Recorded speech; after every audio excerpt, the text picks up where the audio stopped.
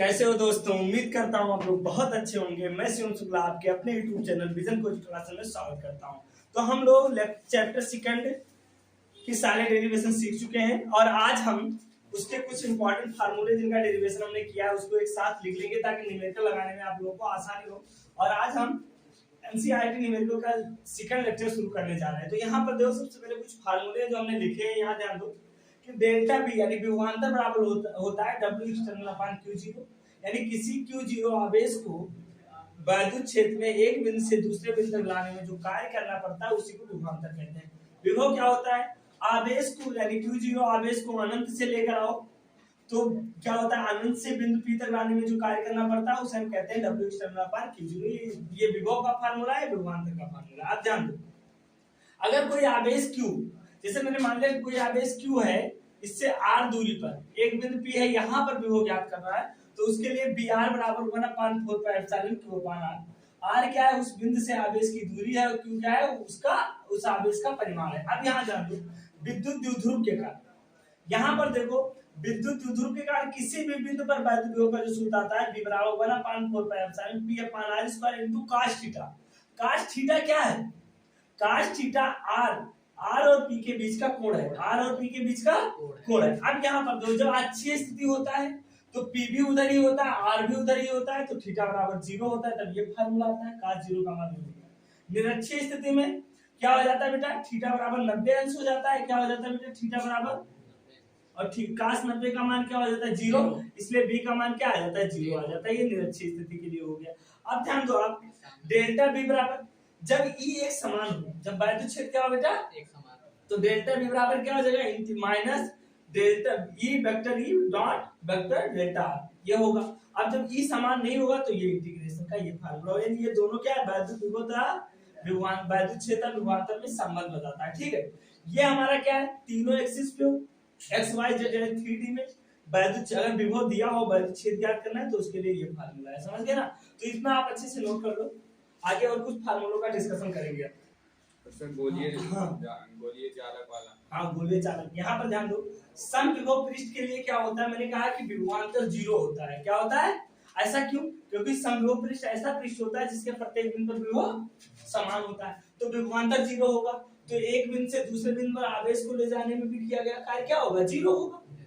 अब यहाँ पर ध्यान दो, दो आवेश है, अगर बाह्य वैद्युत क्षेत्र नहीं उपस्थित है, दो आवेश को अनंत से लेकर आ रहे हो तो दो आवेशों की निकाय की ऊर्जा का सूत्र ये होता है। इसका डेरिवेशन भी आप कर चुके हो। अगर तीन आवेश है तो उनकी ऊर्जा का सूत्र ये होता है 1/4 Q1 Q2 बटा R12 प्लस Q2 Q3 बटा R23 और Q1 Q3 बटा R13 होता है। अगर बाह्य वैद्युत क्षेत्र उपस्थित हो पहले से, जहां तुम आवेश को लेकर आ रहे हो, तो वहां पर U बराबर क्या हो जाए? Q1 BR1 प्लस Q2 ये R1 का मतलब जानते हो क्या होता है? कि वैद्युत क्षेत्र से वैद्युत क्षेत्र जिस आवेश से उत्पन्न होता है उससे R1 दूरी पर विभव और उससे R2 दूरी पर विभव। समझ गए ना? ये होता है। और ये क्या है? दोनों आवेशों के बीच लगने वाला जो वो वैद्युत बल रहता है उसके कारण जो विभव होता है ये होता है। ठीक है, तीनों एक साथ हो गए। अब यहाँ पर देखो, अगर किसी वैद्युत द्विध्रुव को एक समान वैद्युत क्षेत्र में θ1 से θ2 घुमाया जाए तो किया गया कार्य का सूत्र ये होता है P cos θ2 माइनस cos θ1। यदि θ1 बराबर 90 हो और θ2 बराबर θ हो तो स्थिर ऊर्जा हो जाता है Q θ बराबर माइनस P cos θ, यानी एक्सटर्नल की क्या होता है? माइनस होता है स्थिर ऊर्जा। संधारित्र की धारिता क्या होती है? अगर उसका आवेश Q और विभव भी हो तो C बराबर Q/V। गोलीय चालक की धारिता क्या होती है? C बराबर 4πε/r। इतना फार्मूला नोट कर लो आप। अब यहाँ पर देखो, पहले आपने गोलीय चालक का पढ़ लिया। समांतर प्लेट संधारित्र की धारिता का सूत्र ये होता है, जहां पर ये क्या है? प्लेटों का क्षेत्रफल है और ε0 निर्वात की विद्युतशीलता है। इसका मान क्या होता है? ε0 का मान 8.85 × 10⁻12 होता है। और मात्रक क्या होता है? मात्रक बताओ मुझे। कूलाम स्क्वायर बटा न्यूटन मीटर स्क्वायर, ये होता है। तो इसको जानने के लिए एक फार्मूला, ये बराबर क्या होता है? 1/4 होता है ना, Q1 Q2 बटा R² होता है। तो यहाँ से तो इधर जाएगा तो न्यूटन मीटर स्क्वायर बटा कूलाम स्क्वायर, इसको पढ़ तो क्या हो जाएगा? कूलाम स्क्वायर बटा न्यूटन मीटर स्क्वायर, ये इसका मात्रक होता है। जब प्लेटों के बीच के बराबर वैद्युत हो तो ये हो जाता है K E ε0/d, जब प्लेटों के बीच में आंशिक परावैद्युत की मोटाई का भरा हो तो ये फार्मूला होता है C बराबर E epsilon 0 D minus T plus T। सारे डेरिवेशन हो चुके हैं, ठीक है। T मोटाई यानी क्या हो, जब परावैद्युत की मोटाई क्या हो, T हो। और D क्या है, प्लेटों के बीच की दूरी है। D क्या है, देखो जैसे ये प्लस माइनस माइनस माइनस, इनके बीच की दूरी ये D है। अब इसमें अगर मैं T मोटाई का ऐसे भर दूं, क्या भर दूं, ये है T, समझ गए ना। तो परावैद्युत, इसका परावैद्युत क्या मैं मान लूं, K मान लूं, ठीक है। तब ये फार्मूला होगा। अब देखो जब प्लेटों के बीच में दो परावैद्युत भरे हो, इस बार एक नहीं, अब इसी की जगह दो भर दो, इसी के बीच में दो भर दो, ऐसे एक की जगह दो, एक और भर दो, K1 और दूसरा इनका T1 और दूसरे का T2। तब फार्मूला क्या हो जाएगा, C बराबर E epsilon 0 D minus T1 T2 plus T1 by K1 plus T2 by K2।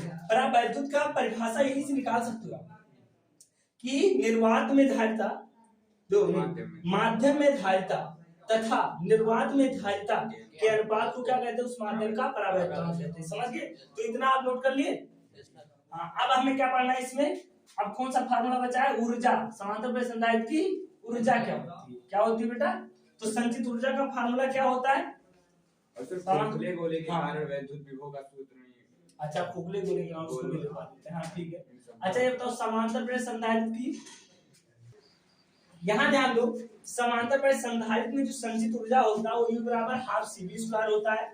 अगर मैं इसके टर्म में लिखूं तो हाफ Q²/C होगा, अगर इसके टर्म में लिखूं तो हाफ QB होगा। अब यहाँ और ध्यान दो आप बेटा, श्रेणी क्रम संयोजन की तुल्य धारिता क्या होती है, 1/C बराबर 1/C1 प्लस 1/C2 प्लस, इसमें श्रेणी क्रम संयोजन में क्या समान होता है, आवेश क्या होता है बेटा, आवेश समान होता है। किसके, प्लेटों पर क्या होता है, आवेश समान होता है। अच्छा इसमें क्या समान होता है, इसमें विभव समान होता है। क्या होता है, विभव, विभव कि वैभव, विभव समान होता है, ठीक है। अब सुनो, अब हम पढ़ने जा रहे हैं ऊर्जा घनत्व क्या होता है। तो देखो, परत एकांक आयतन में उपस्थित ऊर्जा को ऊर्जा घनत्व कहते हैं। तो हमें पता है जो समांतर प्लेट संधारित्र की धारिता का सूत्र होता है, तो यहाँ C बराबर इतना होता है और B बराबर E0 × D होता है। अब ध्यान दो, इन दोनों का मान इसमें पुट करो, तो जब पुट करोगे तो U बराबर क्या होगा, जरा बताओ मुझे, A epsilon 0/D × E0² × D²। ये तो अब एक D से D² मर गया, अब यहाँ पर D ही बचा। तो जब इसको आपने मार डाला तो यहाँ पर क्या होगा, रो दो बैठ के, तो यहाँ से आ जाएगा हाफ, और ये हो गया एप्सिलॉन 0 और इनटू E²। थोड़ा सा हम एडिट कर रहे हैं, मैंने इस फार्मूले को एडिट करने की कोशिश की, A × D ऐसा लिख सकते हैं। अच्छा ये × D क्या है, क्षेत्रफल इनटू दूरी, ये क्या आएगा, A × D बराबर क्या होता है, आयतन। ये क्या है, आयतन है। तो यहां से क्या आ जाएगा, U बराबर, मुझे बताओ, जहां पर, जहां क्या है बेटा, जहां A × D क्या है, आयतन है, A × D क्या है, आयतन है। और यहाँ पर इसको आयतन यानी इसको हम B लिख सकते हैं, यानी बराबर क्या लिख सकते हैं बेटा, B, ये आयतन है। तो इसको उठा के रखेंगे तो U बराबर क्या हो जाएगा बेटा, हाफ एप्सिलॉन 0 × E² × B। अब B को इधर ले आओ तो ये क्या हो जाएगा, U/B, और ये क्या आ जाएगा, हाफ एप्सिलॉन × E0²। अच्छा U/B क्या होता है, प्रत्येकांक आयतन में ऊर्जा, यही तो ऊर्जा घनत्व है। तो अतः ऊर्जा घनत्व बराबर क्या हो जाएगा बेटा, अतः यहाँ से ऊपर लिख लो, थोड़ा इसको मिटा दे। आपको ये देखो, अब यहाँ पर हम लिखने जा रहे हैं ऊर्जा घनत्व क्या हो जाएगा, जरा देखो यहाँ पर। तो ऊर्जा घनत्व बराबर क्या होता है बेटा, ऊर्जा घनत्व, ऊर्जा घनत्व को स्मॉल u से लिखते हैं और ये होता है कैपिटल U/B, यानी प्रत्येक, और इसका मान कितना आ गया, हाफ एप्सिलॉन 0 × E0²। तो यहां से U बराबर आ जाएगा, स्मॉल u बराबर हाफ एप्सिलॉन 0 × E0²। ये किसका फार्मूला है, ऊर्जा घनत्व। अच्छा परिभाषा कैसे लिखोगे, प्रत्येकांक आयतन में उपस्थित ऊर्जा को क्या कहते हैं, ऊर्जा घनत्व कहते हैं। समझ गए ना। तो यहाँ पर अगर फार्मूला लिख ले तो हम क्या कह सकते हैं, प्रत्येकांक आयतन में उपस्थित ऊर्जा को, आयतन में उपस्थित ऊर्जा को ऊर्जा घनत्व कहते हैं। क्या कहते हैं बेटा? ऊर्जा को ऊर्जा घनत्व कहते हैं। तो ऊर्जा घनत्व का फार्मूला ये आपके पास आ गया। ये टॉपिक छूट गया था और आज फार्मूला लगाने में याद आएगा। ठीक है, तो ये होता है, इतना नोट कर लो आप। तो बच्चों आज हमने आपको इस चैप्टर सेकंड के सारे इंपॉर्टेंट फार्मूले एक साथ लिख दिए, उनके बारे में बता दिया और हमने आपको ऊर्जा घनत्व के बारे में बता दिया। ठीक है, मैं आशा करता हूँ आपको ये अच्छे से समझ में आया होगा। इसको अच्छे से नोट कर लेना और कल हम लोग इसके न्यूमेरिकल लगाने की और ज्यादा प्रयास करेंगे। बहुत ढेर सारे न्यूमेरिकल लगाएंगे, फिर कंपटीशन के भी, IIT और नीट में भी जो न्यूमेरिकल आते हैं उनको भी लगाएंगे। मस्त रहिए, खूब पढ़िए।